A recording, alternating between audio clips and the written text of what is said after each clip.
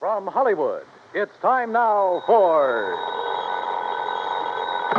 Johnny Dollar. George Reed here. Well, hi, George. Haven't heard from you in a long time. Skip the formalities, Johnny. I have a problem. You and everybody else. $25,000 problem, possibly $50,000. Double indemnity clause, huh? Right. Who's insured? Name's Mercedes Crabtree. Crabtree. Elderly woman, lives out in Montana. Uh-huh. And how long has the policy been in effect? Almost 30 years. And you're crying because you have to pay it off? Well, that's it, Johnny. We aren't sure. What? A few days ago, somebody took a shot at her. They missed. But, Yeah? last night, she disappeared.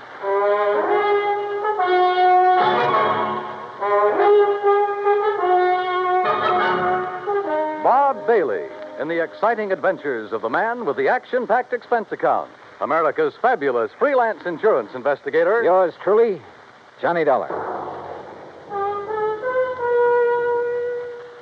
And now, Act One of yours truly, Johnny Dollar.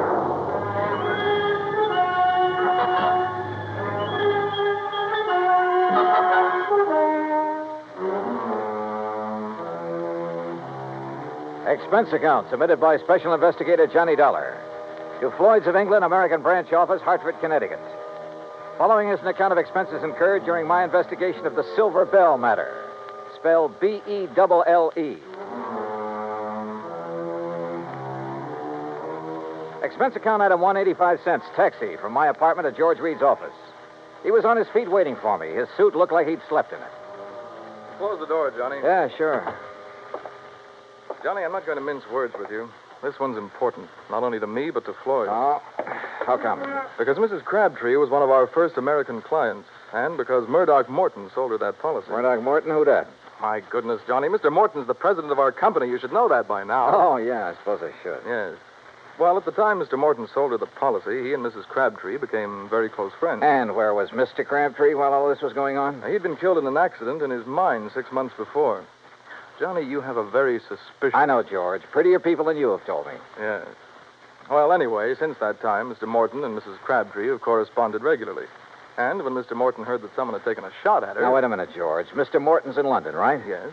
Well, just how did he happen to hear about the shooting? Through Mrs. Crabtree? No, Mrs. Henrietta Scott wrote to him. Oh. And just who is Mrs. Henrietta Scott? According to her letter to Mr. Morton, she claims to be Mrs. Crabtree's only friend in Silver Gulch. Silver Gulch? Montana. It's where Mrs. Crabtree's lived for over half a century, and it's where Mr. Morton wants you to go immediately. Oh. When did Mrs. Crabtree disappear? Well, we received a telegram from Mrs. Scott early this morning. She was supposed to have dinner with Mrs. Crabtree last night and got up to her house, but it was empty. Well, she waited until midnight, checked again this morning, then wired us. Who's the beneficiary on that life policy, George? Doesn't mean a thing. No? Why not? Well, only a couple of people know the policy exists. Also, the beneficiary happens to be Mrs. Crabtree's favorite charity. Good luck, Johnny. Oh, thanks, pal. I'm going to need it. Expense account item 2, $178, air transportation to Butte, Montana. Item 3, $14.90, bus fare, Butte to Silver Gulch. Like George had said, it wasn't much of a town. I checked into the Silver Queen Hotel, rented a battered Model T, and drove out to the home of Mrs. Henrietta Scott.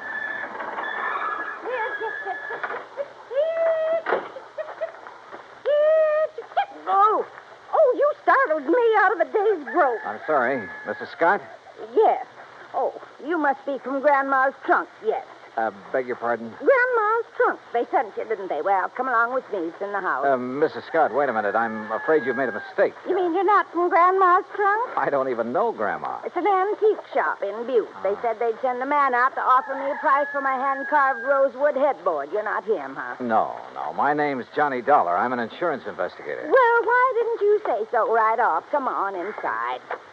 I suppose you're here about poor Mercedes Crabtree. God rest her soul. Yes, that's right. Is she still missing? Rest her soul. Sit down anywhere. Oh. No, not there. Well, on the settee. That's it. You comfortable now? Fine, thanks. The sheriff and a couple of men who work for Charlie Greenpaw were out looking for her most of yesterday. They're at it again today, but they won't find her. Leastwise alive. Well, can you think of anyone who might have reason to kill her? Well, now that's hard to say. Most people in this town right now, they ain't got no use for her. They say she's stopping progress. Now, just what do you mean by stopping progress? Well, Charlie Greenpaw's busy getting some of the old buildings fixed up so they're livable again. He's planning on turning the whole town into a tourist attraction. Uh-huh. Well, Mercedes, she won't hold still for it. She won't let him set foot on any of her land. Won't sell none of it, neither. Does she own very much of the property around here? Little more than half of Main Street. And the thing that Charlie wants most, the Silver Belle. The Silver Belle? Richest silver mine in Nevada. Leastways, it was once. George Crabtree discovered it. Yes, When the well, now- vein ran out, he was killed trying to find it again. After that, the mine was closed. Mrs. Scott. Of course, the town closed down when the mine did. Mrs. Scott, were you with Mrs. Crabtree the day someone tried to shoot her? No. She was walking up toward her mine, alone. Thought it was just a stray bullet. Just where is this mine? Oh, you can see it from the window right behind you. It's about halfway up the hill yonder. Here, you come over here and take... Well, I'll be first cousin to a stink bug. Why, what is it? Up there on that hill going toward the mine. It's Charlie Greenpaw and Slim Richards, the sheriff's deputy. Now, I wonder if they think she's down inside that mine. A few minutes later, I caught up with Greenpaw and Richards. They'd stopped near a large, newly painted no trespassing sign about 20 yards from the mine's entrance. I introduced myself. Mr. Dollar, you see that sign says no trespassing? Yeah? Well, folks around here take the signs Mrs. Crabtree had put up mighty seriously. That right, Slim? Sure is. You mean you're not going in there, Greenpaw? Well, now, we didn't say we weren't going in. We just thought we'd better consider it before we did anything hasty. But she could be dying in there. Providing she's in there. Right, Mr. Greenbaugh? That's right, Slim. Now, Dollar, you want to go on in? Why, there's nothing to stop you. No, sir. Not a thing.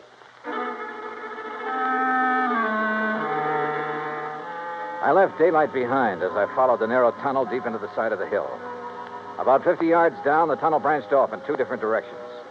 I stopped for a moment, then took the one to the right. I hadn't gone 10 feet when it happened. Holy jump.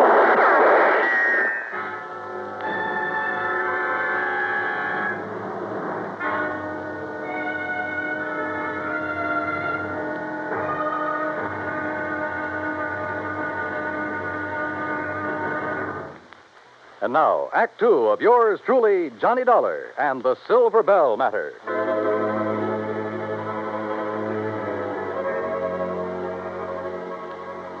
I wasn't alone in the mine, that was for sure.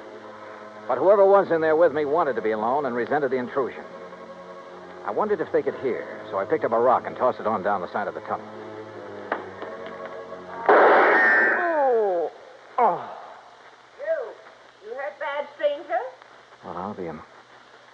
Mrs. Crabtree, is that you? You're trying to trick me. No, wait a minute. My name's Johnny Dollar, insurance investigator. I've got a bead on you now, mister.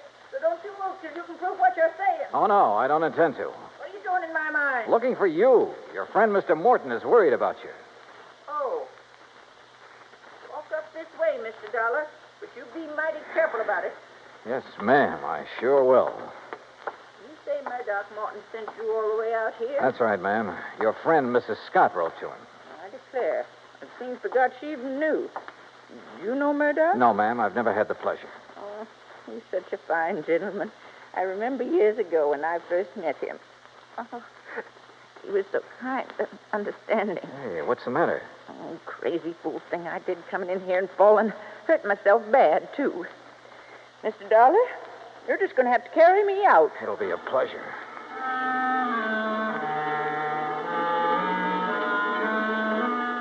She couldn't have weighed more than 80 pounds, 6-shooter and all. I carried her out of the mine and down the hill to her cabin.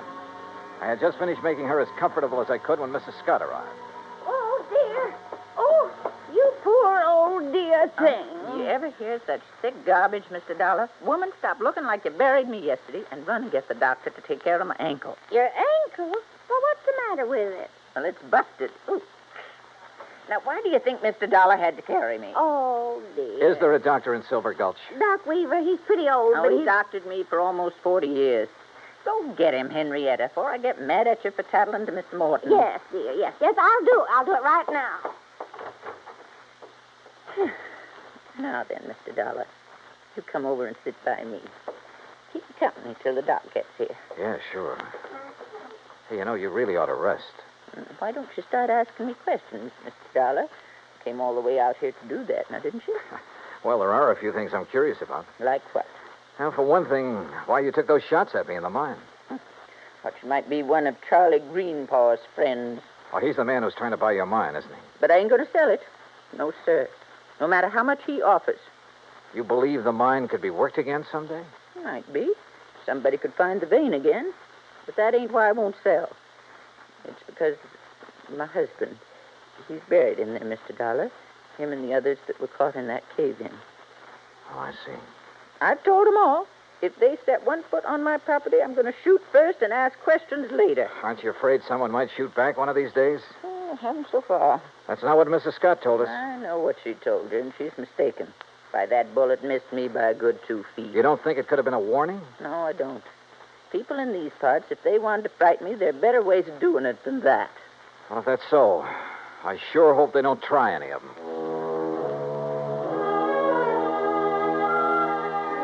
No one, at least so far as she knew, had reason enough to try killing her.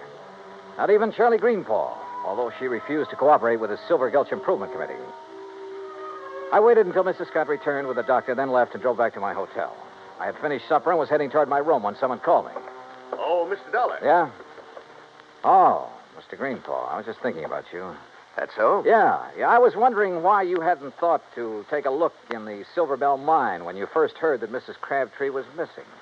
Well, to tell the truth, I'd left the search up to the sheriff until today. Then this morning, Isabel, that's my wife, she said if something did happen to Mrs. Crabtree, it sure looked like I did it. Good thing you listened, because she was right. Yes, I know. Say, Dollar, I hear Mrs. Crabtree's taking quite a shine to you. Oh, where'd you hear that? Doc Weaver said that's all she talked about.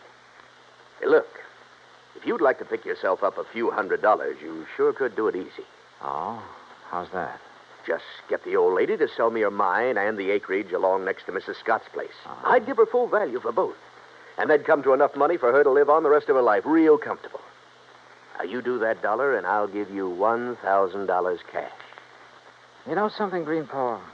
What's that? I could have been mistaken about you. You want that mine and the land around it real bad, don't you? Sure. I spent a good deal of money fixing up the old buildings here in town. If I can get the Silver Bell and enough land out there to put a dude ranch on, why, this town will be able to make Virginia City look second-rate. Now, what do you say? I don't know. I'll relay your proposition to Mrs. Crabtree. The rest is... What's all the excitement out there? Oh, it sounds like... Miss Greenpaw! What is it, Slim? What's going on? Fire! Miss Crabtree's cabin. It's blazing like fury.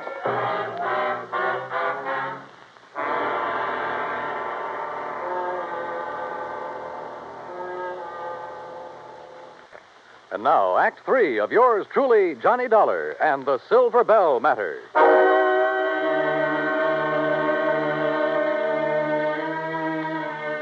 By the time we reached the cabin, it was all over. For a moment, I was afraid Mrs. Crabtree hadn't managed to escape. Then I saw her on the ground near the sheriff's car, wrapped in blankets. Hey, you! Get back over there. It's all right, Sheriff. This is Mr. Dollar. Oh, I heard you were in town, Mr. Dollar. This is Sheriff Wilkins, Johnny. Sheriff, do you have any idea how this fire started? Not yet, I don't. I asked her, but... I'd rather not talk about it now, Johnny. Maybe some other time. Whatever you say. She's pretty done in. Johnny? Yeah? You tell Mr. Greenpaw. Tell him I'll sell. Will you do that for me? Well, look, I'll talk to you about it in the morning. No. I want to sell now. Nothing to stay here for. Nothing. We'd better get her down to Mrs. Scott's place. Doc Weaver's given us some morphine. You go ahead, Sheriff. I'm going on back to town. Sure. See you later, Dollar. Oh, Mr. Dollar, is she going to be all right? Yeah, I think so. Greenpaw, do you have a map of this area, including all the land you're planning on buying? Not on me. It's down at the office. You want to see it tonight? Yeah, I sure do.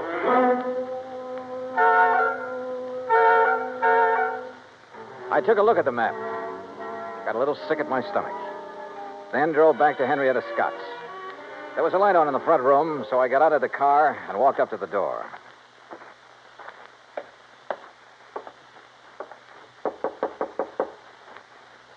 Yes, who is it?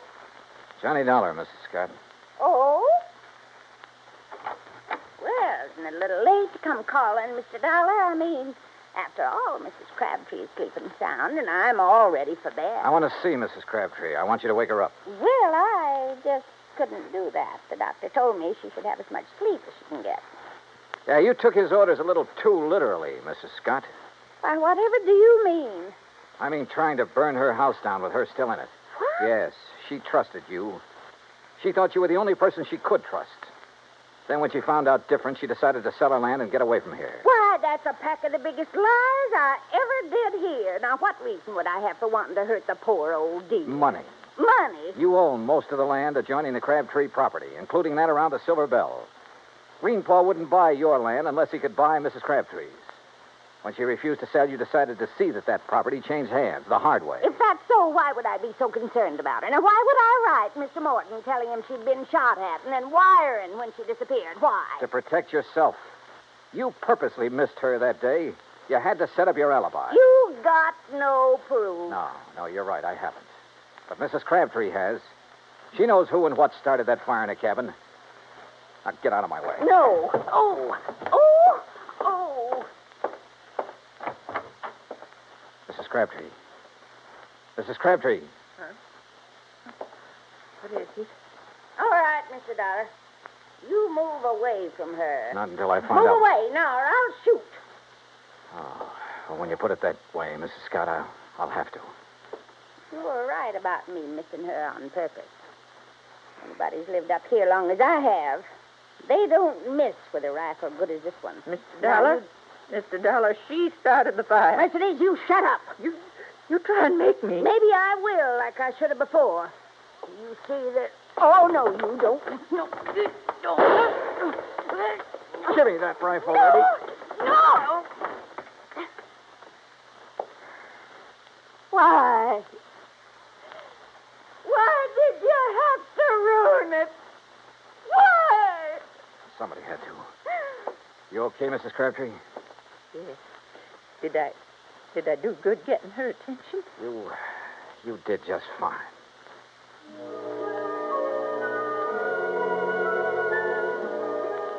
I was ready to leave Silver Gulch the next day, but I stayed over for another week, waiting for a little English gentleman by the name of Murdoch Morton to arrive and claim his bride. Yeah, just about everybody in Montana came to Mrs. Crabtree, pardon me, Mrs. Morton's wedding. Everybody, that is, but her old friend, Mrs. Henrietta Scott. Expense account total, $317.10. Yours truly, Johnny Dollar.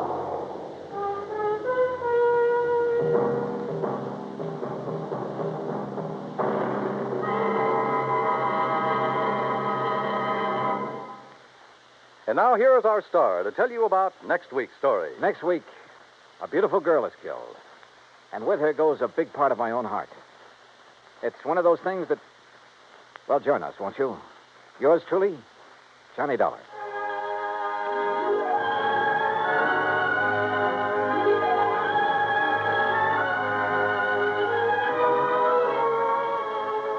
Yours truly, Johnny Dollar, starring Bob Bailey, originates in Hollywood. Written by Charles B. Smith, it is produced and directed by Jack Johnstone. Heard in our cast were Virginia Gregg, D.J. Thompson, G. Stanley Jones, Frank Nelson, Sam Edwards, and Will Wright. Be sure to join us next week, same time and station, for another exciting story of yours truly, Johnny Dollar. This is Dan Coverly speaking.